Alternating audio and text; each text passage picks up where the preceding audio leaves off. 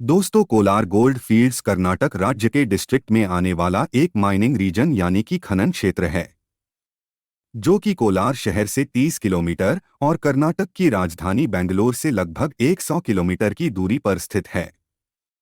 और एक mining reason होने के साथ ही यह एक टाउनशिप भी है, जहां पर आज 2,60,000 लोगों की आबादी रहती है। और दोस्तों, ये सभी वही लोग हैं जिनके पूर्वज दशकों पहले सोने की खदान में काम किया करते थे। साल 2018 से पहले इस खदान के बारे में जानना तो दूर, लोगों ने इसका नाम भी कभी नहीं सुना था। लेकिन 2018 में आती कन्नड़ फिल्म KGF की वजह से इस खदान का नाम पहली बार लोगों की जुबान पर आया था। हालांकि अब कहा तो यह जाता है कि फिल्म की कहानी पूरी तरह से फ्रिक्शनल है, जिसका KGF के इतिहास से कोई भी लेना देना नहीं है। लेकिन दोस्तों, भारत के इस गोल्ड माइन का इतिहास बड़ा ही सुहाना है और इसके बारे में जानकर आपको मजा भी आने वाला है। बताया जाता है कि इस खदान में सोने की खोज किंगडम ऑफ मैसूर के समय से ही शुरू हो गई थी, लेकिन तब टेक्नोलॉजी ने इतनी तरक्की नहीं की थी कि माइनिंग का काम बहुत बड़े स्तर पर किया जा सके। और दोस्तों, सही मायनों में देखें तो बड़े स्तर पर से इस खदान से सोना निकालने का काम ब्रिटिश राज के दौरान ही शुरू हुआ था। अब भारत में ब्रिटिश राज शुरू होने से पहले भी इस जगह के अंदर सोना होने की खबरें छपती रही थी और यहाँ रहने वाले लोग अक्सर यह दावा करते थे कि यहाँ की जमीन के नीचे सोना मौजूद है। लेकिन उस समय टेक्नोलॉजी और संसाधनों के अभाव में यहाँ पर माइनिंग का काम शुरू नहीं किया जा सका। हालांकि भारत में ब्रिटिश राज आने के बाद से सन 1871 में माइकल लावेल नाम के एक रिटायर ब्रिटिश फौजी को यहाँ सोने होने की उन रिपोर्ट के बारे में पता चला, जो कि 19वीं सदी के शुरुआत में छापी गई थी। और ये रिपोर्ट पढ़कर ही माइकल के दिमाग में यह ख्याल आया कि क्यों न इस जगह पर गोल्ड माइनिंग की जाए। और फिर इसी सोच के साथ ही माइकल ने कुछ सालों तक खुदाई और सर्वे करवाए, जिसमें कि वो इस जगह पर सोना खोजने पर कामयाब रहे थे। और फिर इसके बाद साल 1875 में उन्होंने यह माइनिंग करने के लिए सरकार की भी परमिशन हासिल कर ली। अब क्योंकि कोलार गोल्ड फील्ड्स एक बड़ा माइनिंग रीजन था और माइकल के पास इतने पैसे भी नहीं थे कि वो अपने अकेले के दम पर इतने बड़े माइनिंग ऑपरेशन को अंजाम दे सके, इसलिए उन्होंने इस काम के लिए इन्वेस्टर खोजना शुरू कर दिया और इस तरह से KGF को माइनिंग का यह काम जॉन टेलर एंड सन्स नाम की एक ब्रिटिश कंपनी के हाथों में आ गया, जिन्होंने साल 1880 में माइनिंग ऑपरेशन को अंडर में ले लिया। और इस कंपनी के आते ही यहाँ माइनिंग का काम बड़े स्तर पर किया जाने लगा। और दोस्तों, बताया जाता है कि शुरुआत में मजदूर यहाँ पे बहुत खराब कंडीशन में काम किया करते थे, क्योंकि उस समय माइनिंग के लिए मशीनरी तो दूर, बिजली तक उपलब्ध नहीं हुआ करती थी। और यही वजह है कि सभी काम मजदूर अपने हाथों से ही किया करते थे। दोस्तों, उस समय इस खदान के अंदर अक्सर बहुत सारे हादसे हुए भी देखे जा सकते थे, जिसमें कि एक साथ ही बहुत सारे मजदूरों को अपनी जान गंवानी पड़ती थी। और एक सरकारी आंकड़े के अनुसार 120 साल तक चली इस माइनिंग में लगभग 6,000 मजदूरों ने अपनी जान गंवाई थी। अब यूं तो John Taylor and sons company के आने के बाद से यहाँ पर माइनिंग का काम बहुत तेज रफ्तार से होने लगा था, लेकिन कंपनी अभी भी इस रफ्तार से संतुष्ट नहीं थी। और फिर काम की रफ्तार को और भी ज्यादा बढ़ाने के लिए साल 1890 में कंपनी द्वारा यहाँ उस समय की सबसे आधुनिक मशीनें लगाई गई। और दोस्तों, अंग्रेजों के द्वारा लगाई गई यह मशीनें इतनी ज्यादा एडवांस थी, यहाँ पर अगले 100 सालों यानी कि 1990 तक इन्हीं मशीनों से ही माइनिंग की जाती रही। हालांकि यह मशीन लग जाने के बाद से कंपनी को बिजली की भी जरूरत महसूस हुई, क्योंकि इन माइंस के अंदर बहुत ही ज्यादा अंधेरा हुआ करता था।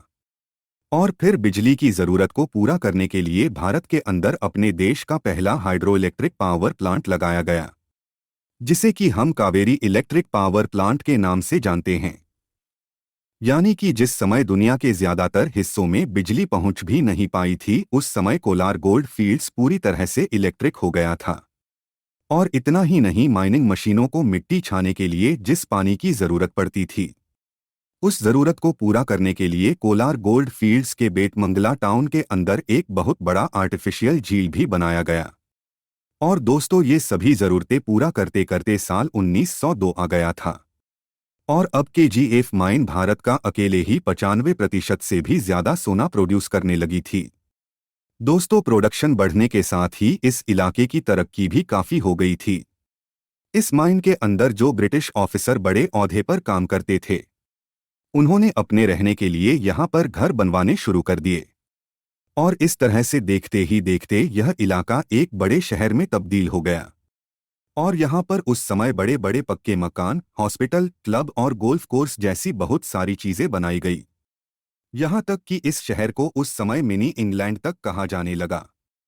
हालांकि इस शहर में यहाँ नजर आने वाले ज्यादातर सुख सुविधाएं सिर्फ उन ब्रिटिश ऑफिसर और उनकी फैमिली मेंबर्स के लिए होती थी, जो कि माइंस के अंदर बड़े ओहदे पर काम करते थे, जबकि खदान में मजदूरी करने वाले भारतीय लोगों को बहुत ज्यादा सुविधाएं नहीं दी जाती थी।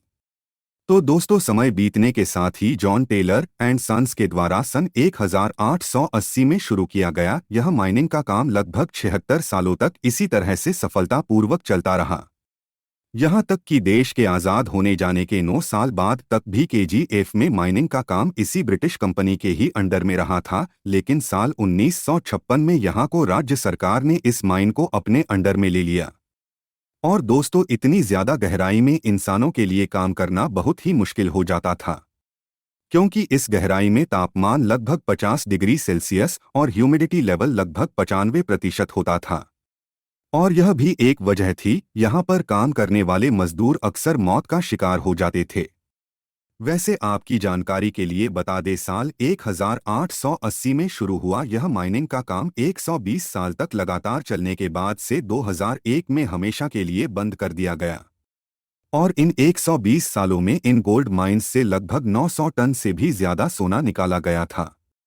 अब ऐसे में बहुत से लोगों के मन में यह सवाल आता है कि इतने लंबे समय तक इतना अधिक मात्रा में सोना देने वाली इस गोल्ड माइन को आखिर बंद क्यों किया गया। असल में दोस्तों इस माइन के बंद होने का मुख्य कारण यह था कि आखिर इन सालों में से निकलने वाली सोने की मात्रा काफी ज्यादा हो गई थी। शुरुआत में यहाँ खोदे जाने वाले प्रति 1 टन अयस्क में सोने की मात्रा 45 ग्राम के आसपास होती थी, लेकिन 1990 के बाद से यह मात्रा सिर्फ 3 ग्राम प्रति टन रह गई और इतना कम सोना निकलने की वजह से BGML को लगातार नुकसान हो रहा था और साथ ही खदान के बेहद गहरे हो जाने की वजह से प्रोडक्शन कास्ट में भी लगातार वृद्धि हो रही थी और प्रॉफिट दिन प्रतिदिन घटता जा रहा था। और इन्हीं सब कारणों से ही इस माइन को 28 फरवरी 2001 के दिन हमेशा के लिए बंद कर दिया गया। और दोस्तों इस खदान में माइनिंग बंद करने का यह फैसला काफी अचानक लिया गया था, जिसकी वजह से यहाँ पर रहने वाले लोग की जिंदगी पर इसका असर काफी बुरा पड़ा था, क्योंकि जो इन खदानों में काम करते थे वो लोग रातों रात बेरोजगार हो गए थे और माइनिंग बंद होने के बाद से इस जगह में बिजली पानी की आपूर्ति भी सही ढंग से मिलनी बंद हो गई थी। साथ ही माइनिंग से निकलने वाले वेस्ट ने इस जगह के वातावरण को भी काफी नुकसान पहुंचाया, जिसकी वजह से यहाँ पर रहने वाले लोगों को बहुत सी हेल्थ इश्यू का सामना करना पड़ा था। और दोस्तों एक समय जो जगह अपनी खूबसूरती और सुख सुविधाओं और साफ वातावरण के लिए मिनी इंग्लैंड कहलाई जाती थी, आज वही जगह देखने पर किसी नृक के जैसे भयानक नजर आती है।